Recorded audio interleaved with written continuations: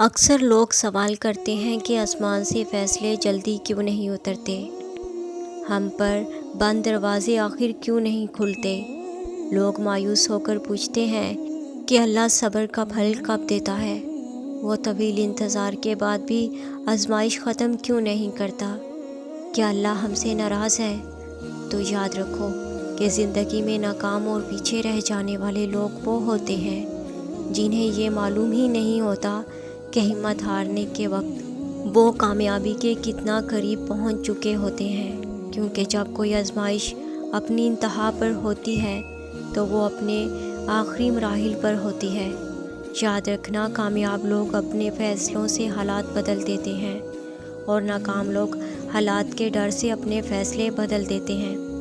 شیخ Saadi رحمۃ اللہ علیہ فرماتے ہیں کہ مایوسی اور نا امیدی ایسی دھوپ ہے جو سخت سے سخت وجود کو جلا کر راکھ کر دیتی ہے۔ تو ایک عادت جو تمہیں بہت زیادہ اندرونی حوصلہ بخشے گی، اور وہ ہے مشکل سے مشکل وقت میں اللہ سے نیک گمان کریں، کڑے امتحان سے گزرنا، ٹوٹنا بکھرنا، اور اس کے باوجود بھی ہر مرتبہ اللہ سے رجوع کرنا، اس ایمان کے ساتھ کہ جس رب نے مجھے اس امتحان کے لیے منتخب کیا ہے وہ اس پر پورا اترنے کا حوصلہ اور ہمت بھی عطا کرتا ہے۔ اللہ قرآن میں فرماتا ہے، اور دیکھو ہم تمہیں آزمائیں گے ضرور، کبھی خوف سے اور کبھی بھوک سے، کبھی مال و جان اور پھلوں کی کمی کر کے، اور جو لوگ ایسے حالات میں بھی صبر سے کام لیں گے ان کو خوشخبری سنا دو۔ بے شک صبر اور اللہ سے رجوع وہ بہترین راستہ ہے جو تمہاری ہر ناکامی کو کامیابی میں بدل دیتا ہے۔ تو اگر تمہیں لگتا ہے کہ تمہارے طویل صبر کے بعد بھی تمہاری آزمائش ختم نہیں ہو رہی، تو سنو، اللہ خود تم سے مخاطب ہے، اور حقیقت یہ ہے کہ ہم نے انسان کو پیدا کیا ہے، اور اس کے دل میں جو خیالات بھی آتے ہیں ہم ان سے بھی خوب واقف ہیں، یہاں تک کہ ہم اس کی شہرک سے بھی زیادہ قریب ہیں۔ اور تمہارے رب کا معاملہ ہرگز تمہارے ساتھ ایسا نہیں جو بات بات پر تمہاری گرفت کرتا ہو اور ایک ذرا سی بات پر پانی ہی پھیر دے۔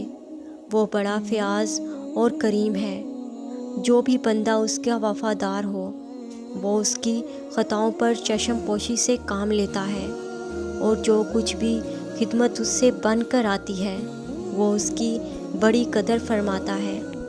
جانتے ہو وہ کون سا راستہ ہے جو تمہاری طویل آزمائش کو مختصر کر دیتا ہے، اور جس پر چلنے کے نتائج عارضی نہیں بلکہ ابدی اور لازوال ہیں۔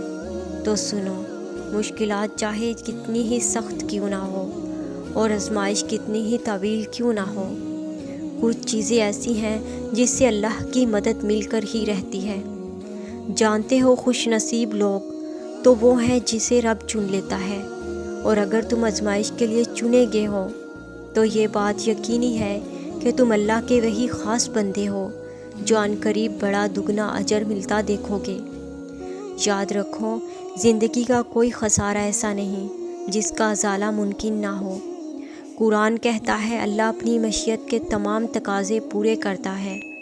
تم ہرگز ان چیزوں کا افسوس نہ کیا کرو جو تمہاری کی گئی تدبیر کے مطابق نہ ہوں، اور جو آنسو تم اللہ کی آغوش میں بہاتے ہو تمہارا رب ان آنسوؤں کا بھرم کبھی نہیں توڑتا۔ دلی دعا ہے اللہ تمہیں جلدی ایسی خوشی عطا کرے جو تمہاری آنکھوں کو رلا دے، جو تمہارے غموں کو مٹا دے، جو تمہاری زندگی کو سنوار دے۔ آمین۔